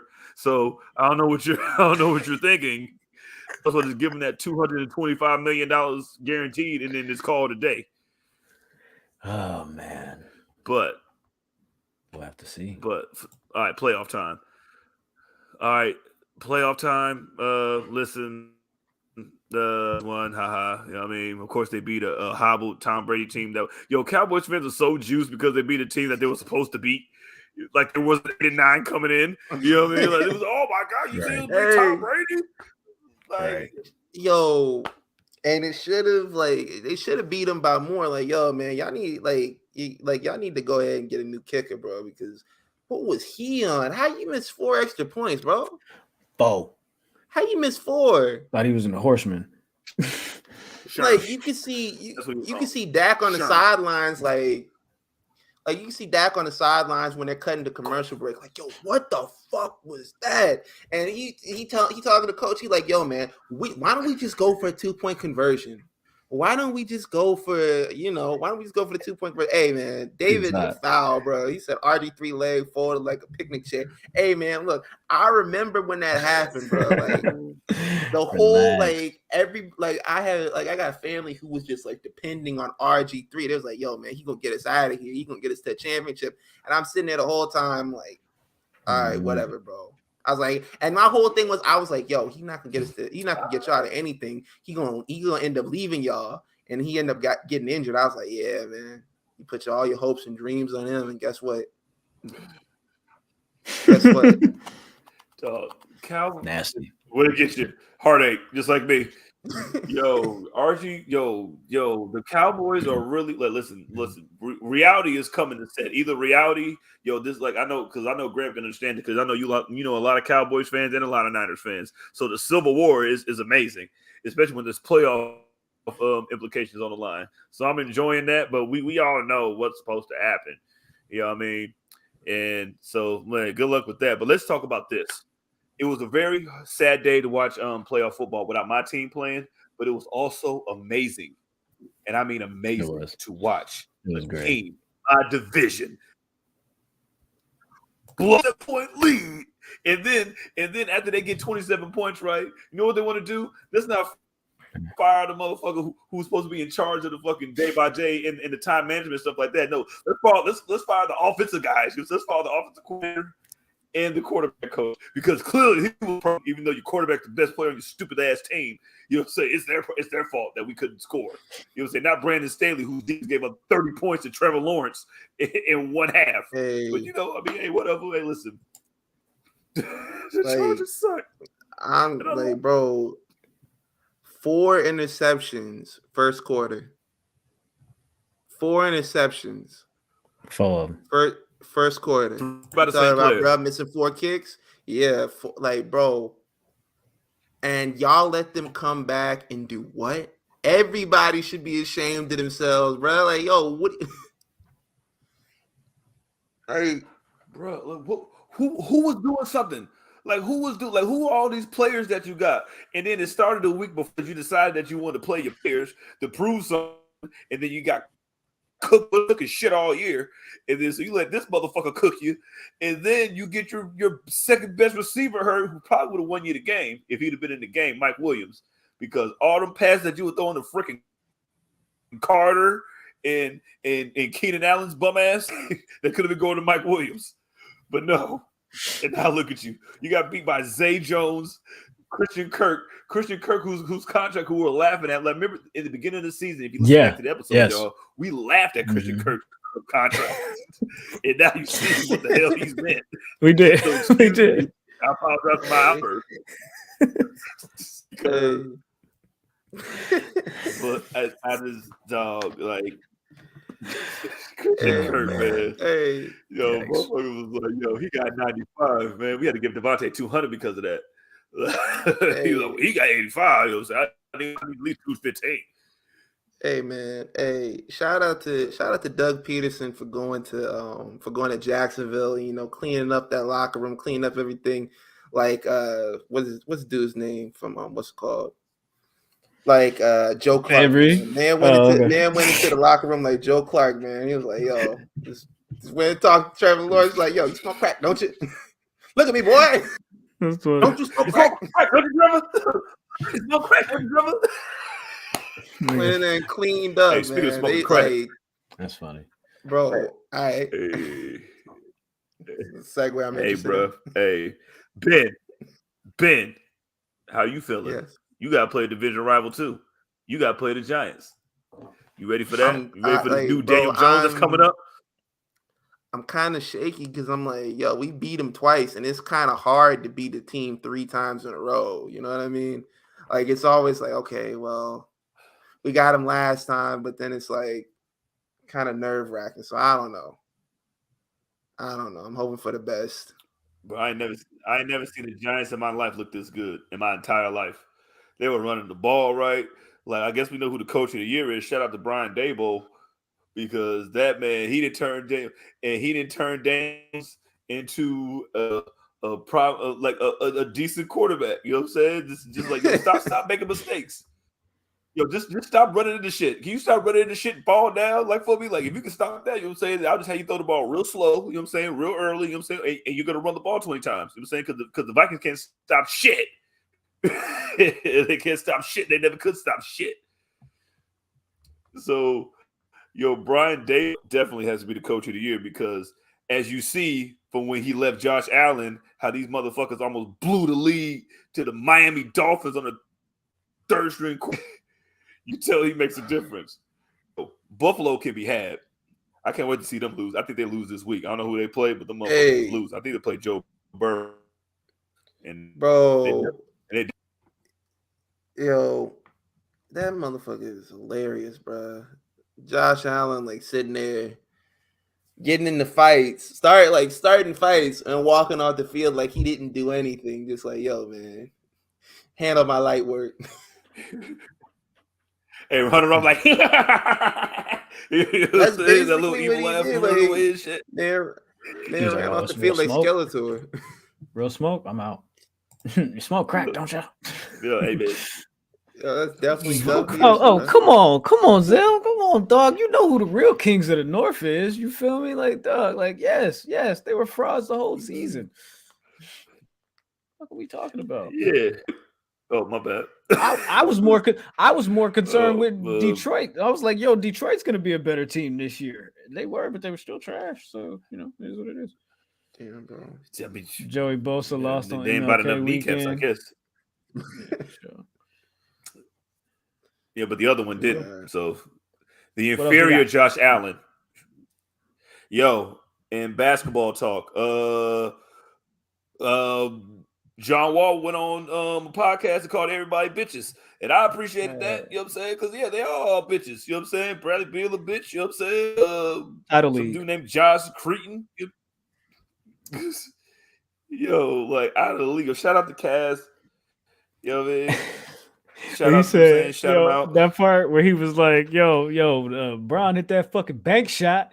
And I was like, you lucky motherfucker. He was like, nah, I practiced that. I'm like, you banked it, bro. What are you talking about? He's like, nah, I practice that shot every day. He like, bitch, talking about he practiced that shit every day. You lucky motherfucker. I was like, okay, there you go. I'm fucking with it. Fucking with it. Bro, my favorite part when he was like, Russ called me, was like, yo, Washington trying to trade you, but they said you ain't trying to leave. He was like, no, nigga, this is my franchise. What you talking about? Like, of course I'm not trying to leave. It's all good. It's all good. That shit was funny. And then we was talking about Kevin Porter Jr. and all this shit. He was like, y'all niggas better not get to losing and shit. You feel me? Like this league not really like this for real. Like, you know what I'm saying? Like peaks and valleys. You feel what I'm saying? I'm like, I thought it was a good interview. It was a very clip worthy for sure. Yeah. Bro, anytime that we got some Tyler Hansborough slander on here, shout out to Tyler Hansborough slander because I don't like him or his face. You call him Psycho T and was nobody scared of him. How your name is? He was the Wardlow. He was the basketball. Like, I never understood it. But yeah, that was a good interview. Other than that, the Warriors went to the house of Kamala. Joe Biden asked Kamala to kneel, and she was like, yo, who the fuck you think you talking to? I'm not doing that. And then Steph was like, yeah, she ain't about to kneel, blood. And E40 was there. Yo. Anywho, let's end this. We're going to end this right now because I'm sleepy. Francis Ngannou got released.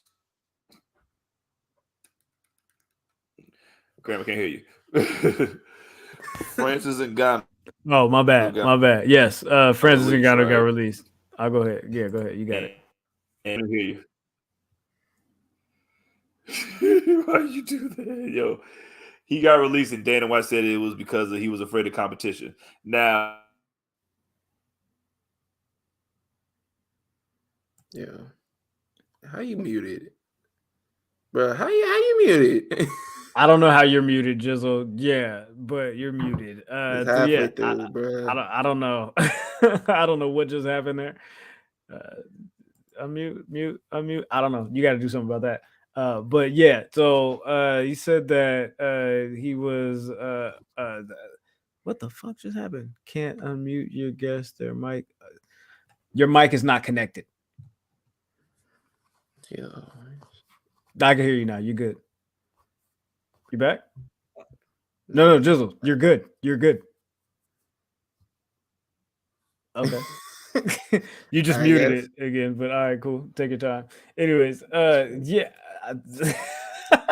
The funny thing is, when he said I was muted, I was gonna say, like, I seen a video of Andrew Wiggins looking at Kamala's ass, and I was like, yo, I hope you know that we saw that. Like, we saw that. Like, I do that too when I look at something I'm not supposed to be looking at, and then I look up and check and make sure nobody's looking at me.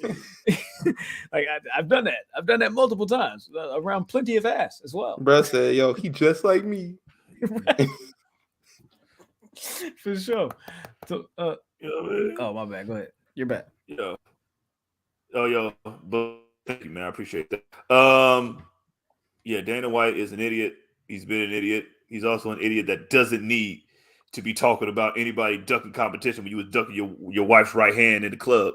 So I don't want to hear nothing about somebody ducking competition. Well, I didn't all the competition that you say I'm ducking. You know what I'm saying? Bro. And yeah, man. Whatever. Like, yo, how you say, like, yo, man, look, my punishment is I gotta live with this, man. My punishment is I gotta live with the wrongdoing that I did. Like, bro, what? Yeah, tell that to Kyrie Irving. Yo, none of what he said makes any sense, because he was like, yo, man, he's like, when I started the UFC, we had a really strict policy. If you out here putting your hands on women, and you up out of here. And then they brought it back across. They're like, well, didn't you say this? And he was like, yeah, man, I said that, but if I step down, it's gonna be bad for the company. You know what I mean? Like, the company gonna end up like going under if I step down. So he's like, yo, man, so this is my burden to carry for for the rest of my life. I was like, bro, get the fuck out of here. Bro, then you try to say that he's afraid of John Jones. So he's afraid of the John Jones that he's been asking to fight for the last 2 years. And the reason why he hasn't fought anybody because he's been waiting to fight John Jones for 2 years. Who said he's been getting ready for heavyweight for 2 years? Like he doesn't walk around heavyweight already for his entire life. So he's afraid of him, right? He's really afraid of him.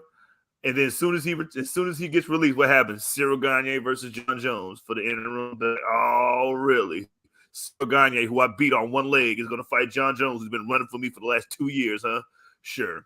Enjoy that. UFC is going under there. Ain't nobody watching that shit. You know what I mean? We about to watch some NFL.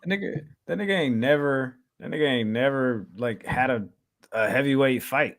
Like all of a sudden you back with a new contract, 8 fights, like just straight up. Like, oh, how convenient. How convenient. Well, you don't say. How convenient is that? Wow. How convenient is fucking that? Yeah, that's true. That's funny. G Nation said the Matrix. That's it, man. Bellator finna sign. Thanks, man. Appreciate that. That's funny. Damn, it ain't Vince. This will be PFL money or one. There you go. All right, what else we got? We good? Paul? We good. We are straight. We straight. We good. We rocking. It is what it is, man. If you're a Patreon subscriber, I want you to remember you got an interview with Chris Dunn coming on Saturday. You actually got the time capsule on Friday, and you got an interview coming on Saturday. That's for our long-term booking subscribers, by the way. I do apologize if you're not a long-term booking Patreon tier subscriber. You'll get that on Monday. We're going to give it to our subscribers for the weekend. Let them tap into it early. Again, the time capsule is there. We got Nation of Imagination coming back on Monday. Just a lot of new content, of course, and you can check it all out on patreon.com/public enemies. Public enemies, if I could speak. And then I think I'm going to do another free preview of one of the Patreon episodes, probably the hate list episode, since that's just something that I know that I could throw together real quick for y'all. Maybe by the end of next week. But do remember, if you order a t-shirt, you will be getting shipping information this weekend, tracking information rather this weekend. Try to package these up really nicely for you guys, of course, for our first effort and foray into this merch thing. So if you've been rocking, if you've been rolling, we appreciate you. We appreciate your support. We appreciate your patience. Make sure y'all stay tapped in, stay tuned in, stay dangerous, because we will be right back here next week. Make sure you're following us at The Enemies PE3 and on all social media platforms, Instagram, TikTok, YouTube. Hit the like, subscribe before you go. You feel me? Salute TJ. We appreciate you. You feel me? Any other pleasantries? I don't know. Before we go. Follow all of us. Follow the page. Follow the Facebook page. Follow the Discord. Follow all that. Just keep supporting us. We are trying. I promise y'all. Yo, facts, bro. Man, you can follow me on Twitter, Instagram, TikTok @_SonOfMars_. And like, if you feel like you don't want to search up all those ads, you don't want to go all them, you just want to be taken to everything easily, go to the Twitter page at the Enemies PE3. There's a link tree link right there. You click on that, it'll take you everywhere that we are, bro. And subscribe to the Patreon, bro. Look, I'm trying to quit my job. You know, I said a couple of unsavory things to my supervisor that I shouldn't have really been saying, and you know, your brother might need financial help. So, you know, step in and do that.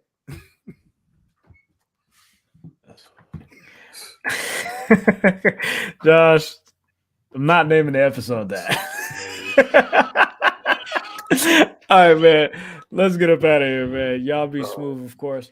Hey, for real, please. I say this every episode, but I mean it. Of course, I don't say things just to say things. You know, of course, like we have fun over here, but please take care of yourselves and each other, and we'll see y'all next week. Salute. Oh yeah. One thing before we get out of here, prayers to Amari Miller and Kevin Nash. Man, always check on your people. Always, man. Your head up. And we're out. Yo, Bad News Brown had a